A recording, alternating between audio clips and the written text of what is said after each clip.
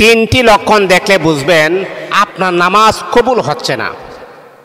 আল্লাহ পাক রব্বুল আলামিন আপনার নামাজ, আপনার ইবাদত, এই যে আপনি কষ্ট করে নামাজ পড়তেছেন, সেই নামাজটা আল্লাহ পাক কবুল করতেছে না। বাবা, আপনি এত কষ্ট করে নামাজ পড়েন, এত কষ্ট করে আপনি উযু করেন, প্রতি ওয়াক্ত নামাজ আপনি পড়েন, কিন্তু আপনার নামাজটা যদি কবুল না হয় তাহলে কষ্টের মানিটা কি? এই জন্য আমি আপনাদেরকে সাজেস্ট করব, এই তিনটা সিমটম, এই তিনটা আলামত যখন বহির প্রকাশিত হবে তখনই বুঝতে হবে আল্লাহ পাক রব্বুল আলামিন আপনার নামাজটা কবুল হচ্ছে না বা কবুল করতেছেন না আমার আল্লাহ। তাহলে কি এমন আলামত, কি এমন বহির প্রকাশ? বাবা মাদেরকে আমি দৃষ্টি আকর্ষণ করি বলে শুনেন। আজকে আমাদের গোটা বাংলাদেশের ভিতরে নামাজের সংখ্যা অধিক পরিমাণে বেড়ে গেছে। বিশেষ করে মা বোনেরা, অধিকাংশ মা বোনেরা তারা নামাজ মিস করে না। কারণ প্রায় সময় আমাকে ফোন দেয়া বলে, হুজুর নামাজে যদি এরকমটা করি তাহলে নামাজ হবে কিনা। এর মানে হচ্ছে যেহেতু নামাজের প্রশ্ন আমাকে করে, এটাই প্রমাণ করে আমারই মা নামাজ পড়ে, এর মাঝে বিন্দু পরিমাণ সন্দেহ নাই। এই জন্য আমি আপনাদেরকে সাজেস্ট করব, এই তিনটা লক্ষণ যদি পুরুষ হোক আর নারী হোক যদি আপনাদের মাঝে প্রকাশিত হয় তাহলে বুঝতে হবে আপনাদের নামাজের সমস্যা আছে। এক নাম্বার হচ্ছে, যদি নামাজ পড়েন কিন্তু নামাজের দিকে মনোযোগ না দেখে আপনার ফ্যামিলির দিকে মনোযোগ চলে যায়, বাহিরে মনোযোগ চলে যায়। এই যে আপনি বিভিন্ন আড্ডায় মেতে উঠেছিলেন, ওইগুলাতে আপনার মনোযোগটা চলে যায়। বাবা, নামাজের ভিতরে যখন আপনি দাঁড়াবেন, নামাজে যখন দাঁড়াবেন, মনে রাখতে হবে আপনি আল্লাহ পাক রব্বুল আলামিনের সামনে আপনি দাঁড়িয়েছেন, বাহিরে আর মনোযোগ দেওয়ার কোনো টাইম নেই। যদি এমনটা যদি হয়, কারণ এমনটা হইতেই পারে, স্বাভাবিক। সাহাবায়ে কেরামের ভিতরে এমন একটা ঘটনা ঘটেছিল, হুজুর আমি তো নামাজে দাঁড়াই কিন্তু আমার ফ্যামিলির কথা মনে হয়ে যায়, আমার বাচ্চাদের কথা মনে হয়ে যায়, আমার স্ত্রীর কথা মনে হয়ে যায়, হুজুর এখন কি করতে পারি? আমার নবী তাকে পরামর্শ দিয়েছিলেন, বাবা যদি এমনটা যদি হয় তাহলে নামাজে আবার তুমি মনোযোগটা নিয়ে আসবা। আবার চলে গেছে আবার নিয়ে আসবা, আবার চলে গেছে আবার নিয়ে আসবা, নামাজের ভিতরে মনোযোগটা নিয়ে আসবা। এই যে তুমি মনের ভিতরে একটা জিহাদ করতেছো, মনোযোগ চলে যায় আবার নিয়ে আসো, আবার চলে যায় আবার নিয়ে আসো। আল্লাহর রাসূল বলেছেন, এই যে তুমি নামাজের ভিতরে দাঁড়িয়ে তুমি জিহাদ করতেছো, কষ্ট করতেছো, এই নামাজটা আমার আল্লাহ ডাবল সওয়াব দিয়ে আপনার আমল নামায় পৌঁছায় দিবেন। আল্লাহু আকবার, আল্লাহু আকবার। এই জন্য আপনার যদি নামাজে যদি মনোযোগ নষ্ট হয়ে যায় আবার ফিরিয়ে নিয়ে আসবেন, আবার নষ্ট হয়ে গেছে আবার ফিরিয়ে নিয়ে আসবেন, বুঝছেন? আর মনে মনে আস্তাগফিরুল্লাহ করবেন, আল্লাহ আল্লাহ তুমি আমাকে নামাজের দিকে মনোযোগী করে দাও, আল্লাহ তুমি আমাকে নামাজের দিকে মনোনিবেশ করে দাও। কিন্তু আপনি মনোযোগ হারিয়ে ফেলেছেন, এই অবস্থায় আপনি নামাজ পড়তেছেন, মনোযোগ আপনি ফিরিয়ে আনতে পারতেছেন না, তারপর নামাজ পড়তেছেন, এই নামাজ পড়ে কখনো জান্নাতি হওয়া যাবে না। তাহলে মুসলমান বন্ধু আমার, নামাজে দাঁড়ালেন, যদি আপনার মনোযোগ যদি আপনার নষ্ট হয়ে যায় তাহলে আবারও মনোযোগ নিয়ে আসবেন। আমার আপনার নবী বলেন, 3 ব্যক্তির নামাজ কবুল হয় না।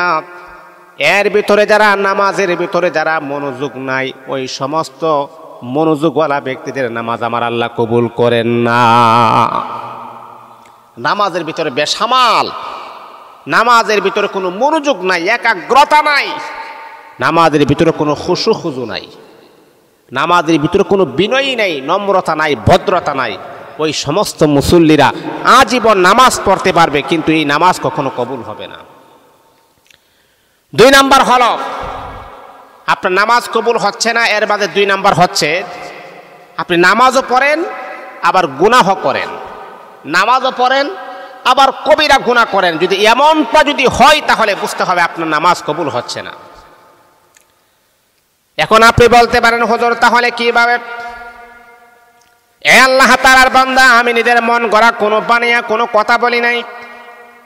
আল্লাহ পাক রব্বুল আলামিন কোরআনুল কারীমের ভিতরে আমার আল্লাহ বলেন, ইন্নাস সালাতা তানহা আনিল ফাহশাই ওয়াল মুনকার, মানে হলো নামাজ যখন আপনার হয়ে যাবে ওই নামাজ আপনাকে বিভিন্ন রকমের ফাহেশা কাজ থেকে আমার আল্লাহ হেফাজত করবেন।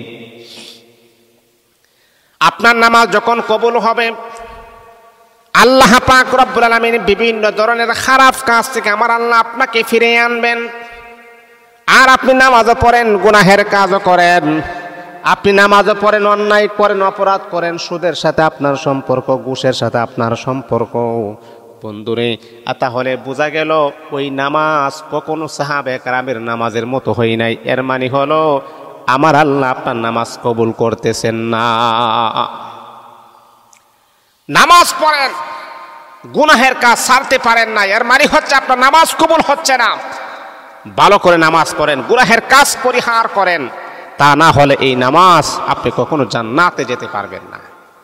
3 নাম্বার হচ্ছে নামাজ পড়ে কিন্তু মনের ভিতরে অহংকার আছে না? এমন ব্যক্তি অহংকার নিয়ে ঘুরে, বেনামাজিকে দেখলে ক্রিটিসাইজ করে কথা বলে, এই বেনামাজির বাচ্চা।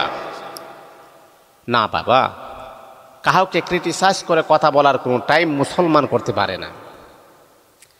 আমার নবীর কাছে একটা ডায়েরি ছিলেন, এটা পার্সোনাল ডায়েরি। এই ডায়েরিতে যারা জাহান্নামী হবে তাদের নামে লিস্ট আছে, যারা কাফের তাদের নামে লিস্ট আছে, সাহাবে কেরামের নামে লিস্ট আছে। সাহাবীরা যারা জান্নাতি হবে তাদের নামে লিস্ট আছে, যারা জাহান্নামী হবে তাদের নামেও লিস্ট আছে।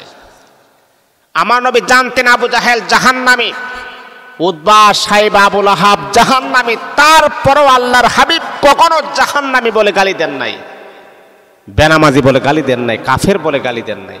আর আপনি নবীর অনুসরণ করেন, নবীকে নবী মানেন, আল্লাহর হাবিবের সুন্নাহ মোতাবেক জীবন পরিচালনা করেন, আপনার মনের ভিতরে তো অহংকার কি কারণে? বেনামাজি দেখলে কেন আপনি বেনামাজি বলবেন?